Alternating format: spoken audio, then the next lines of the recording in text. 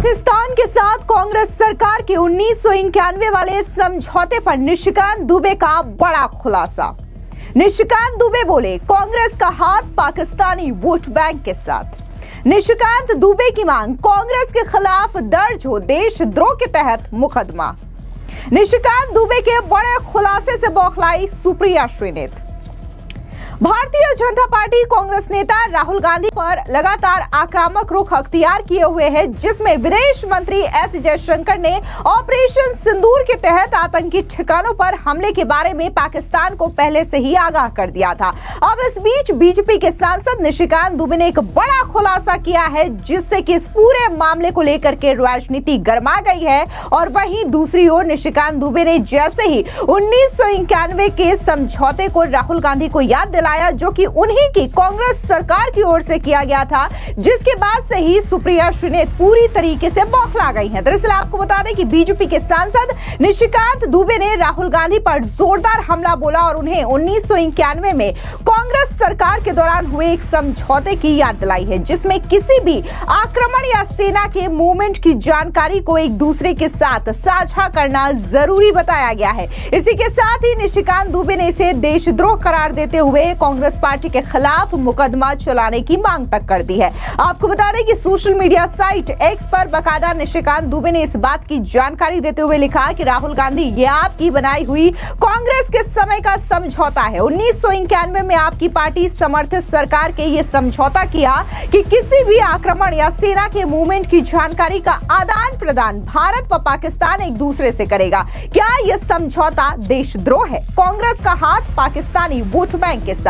विदेश मंत्री एस जयशंकर पर आपत्तिजनक टिप्पणी आपको शोभा देता है। इसके अलावा निशिकांत दुबे ने अपने ट्वीट पर कहा कि सवाल हमारी सरकार और आपकी सरकार का नहीं है। सवाल यह है कि 1947 से हम पाकिस्तान को आतंकवादी राष्ट्र मानते हैं। 78 साल के कश्मीर के मुद्दे पर हमारी उनके साथ लड़ाई चल रही है। हमारे कश्मीर के हिस्से को पाकिस्तान ने अपने कब्जे में कर रखा है। उसके बावजूद कांग्रेस उन्हें छूट दे रहे हैं। चाहे 1950 का नेहरू लियाकत समझौता हो, 1960 का सिंधु जल समझौता हो या फिर 1975 का शिमला समझौता हो। इसके अलावा और क्या कुछ बीजेपी के सांसद निशिकांत दुबे ने 1991 के समझौते को याद दिलाते हुए कहा, सुनिए। ये 1991 का डॉक्यूमेंट है।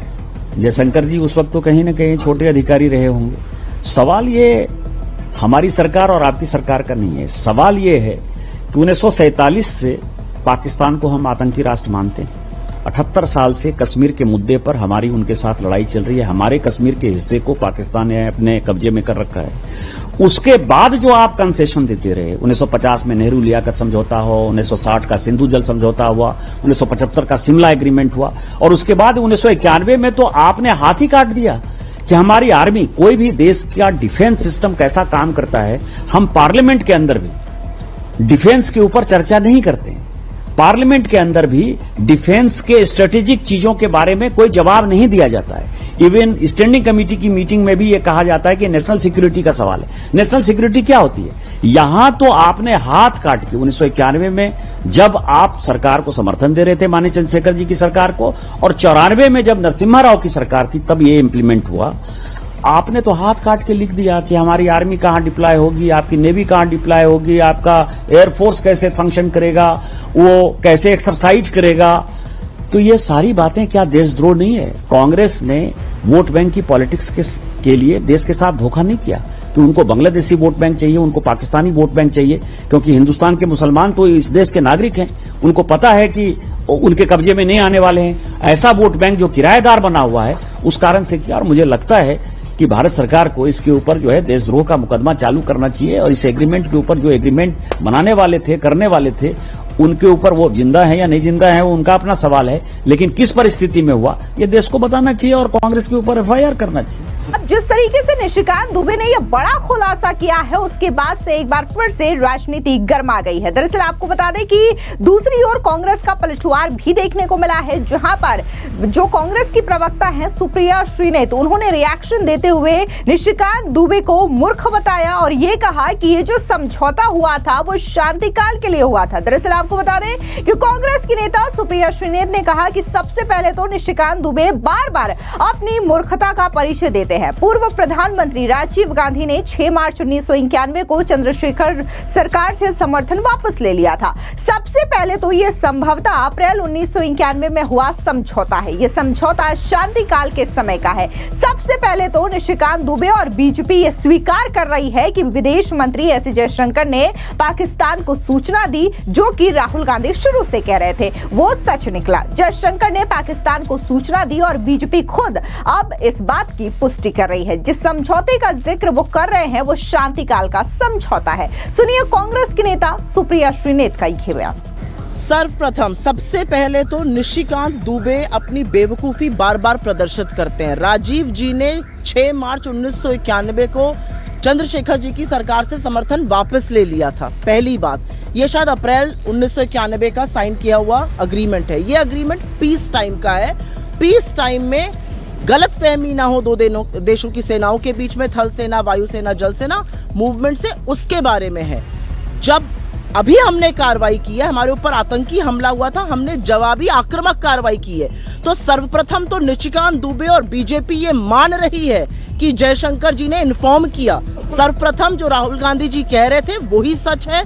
जयशंकर जी ने इन्फॉर्म किया पाकिस्तान को और उसकी पुष्टि खुद बीजेपी कर रही है। जिस अग्रीमेंट का वो हवाला दे रही है वो पीस टाइम का अग्रीमेंट है। जयशंकर जी ने जब वॉर लाइक सिचुएशन थी तब इन्फॉर्म किया था। दरअसल आपको बता दें कि 1991 में भारत और पाकिस्तान ने सैन्य अभ्यास, युद्धाभ्यास और सैन्य टुकड़ियों की आवाजाही की अग्रिम सूचना के बारे में एक समझौते पर हस्ताक्षर किए।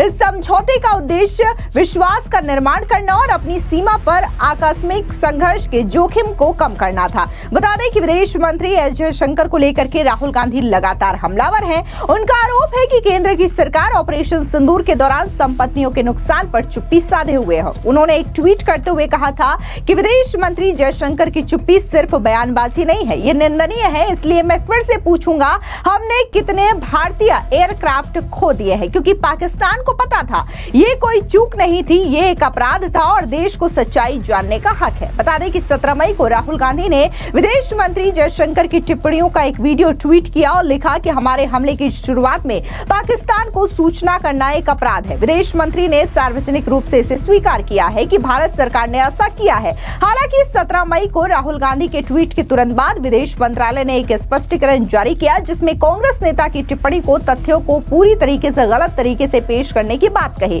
विदेश मंत्रालय ने कहा कि विदेश मंत्री ने स्पष्ट रूप से कहा था कि पाकिस्तान को ऑपरेशन सिंदूर के शुरुआती चरण के दौरान चेतावनी दी गई थी, न कि इसे शुरू किए जाने के बाद कोई जानकारी दी गई।